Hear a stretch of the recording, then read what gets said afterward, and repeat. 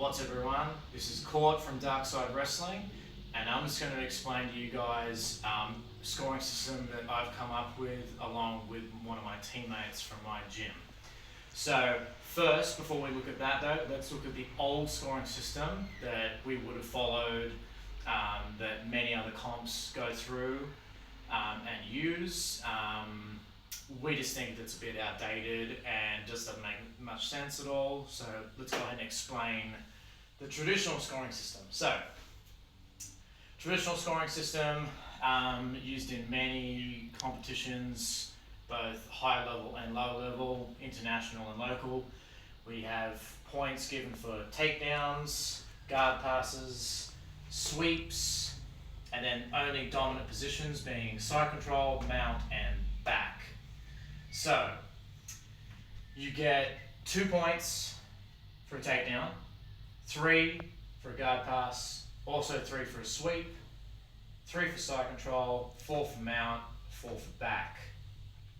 Now, you have to consolidate these positions for at least 3 seconds, which I think is a good ruling. So basically, if we just started a match, you hit a takedown, you hit a guard pass, you get the side control, you're up by 8 points. And then you would pass either to mount or back mount or both. So you would be up by, 12 points, up to 16 points. And then from there, you might as well just coast or go for a sub, either way. So honestly, we think this system is trash.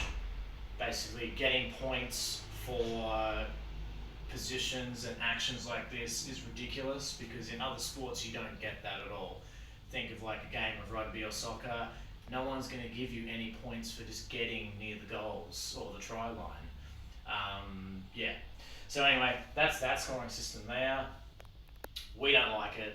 You shouldn't like it either because it doesn't make a whole lot of sense. Alright, now let's get to our scoring system up here. So yeah, my gym's name is Darkside Wrestling. Say what you like about the name. We're not here to talk about the name there. We're here to talk about the system here. So the system we've come up with is called the I.O.U and the U system.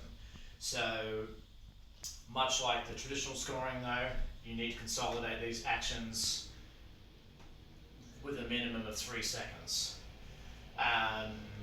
So let's get back to the actual criteria here. So we have a criteria which is aimed towards actual submissions here. So let me run you through it. So isolation. The peripheral mass cannot contact another part of the body, torso included. So think of like a Kimura or double wrist lock.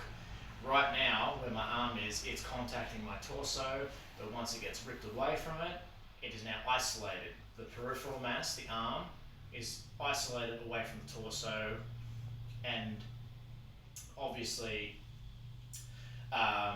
it's isolated. That's the beginning of a potential submission. It's definitely a submission attempt here, especially if we get to the next criteria, which is overwhelm. So overwhelm is this: the degree to which the opponent's limbs are outnumbered by yours, torso not included. So notice how I said torso not included, but I had torso included in isolation. So we'll go back to that example of double wrist lock or Kimura. I don't get isolation here, but as soon as this happens, I get isolation. Obviously, with a Kimura double wrist lock, it's a 2-on-1, so I'd have overwhelm because I'd have more limbs attacking this limb here. So I would have 2 out of 3, which would give me 1 point.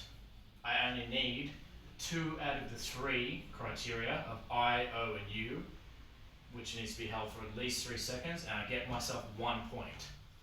Because we're geared around getting submissions. So this scoring system is aimed at actual submissions, whereas this system over here, you notice, doesn't give you anything for any submission attempts at all. Of course, if you win by submission, you just win. But all this, we think, doesn't make much sense. Anyway, back to our submission criteria over here. The last one, and probably the most important, is under torque. So the limb is being torqued past its natural range of motion, or the neck is being squeezed. So Go back to that example of double wrist lock. Here, there's overwhelm. Now there's isolation, and now there's torque. So that will give you 3 out of 3. You only need 2 out of 3 for 3 seconds, and I'll give you 1 point. Now, it's important to know that not all submissions would have technical overwhelm, because there are some submissions that will have a 2-on-2. So think of any chokehold with arm in. So arm in guillotine, das, anaconda, Japanese necktie, etc., etc. So any of those would not give you a overwhelm, but they would definitely give you isolation and under torque. So that's all you need to know there. So anyway, thank you for listening to me here. That was just a brief overview of Darkside Wrestling scoring system versus traditional scoring system. Basically, my aim and aim of my teammates would be to, forget this one completely, have it gone, and then we'd use this one primarily only. If you want to still do this, that's fine, but it just doesn't make sense if you're doing submission grappling. This one, however, makes a heck of a lot more sense. Anyway, thanks for watching. Hope you learned something. Alright, goodbye. See you on the next one.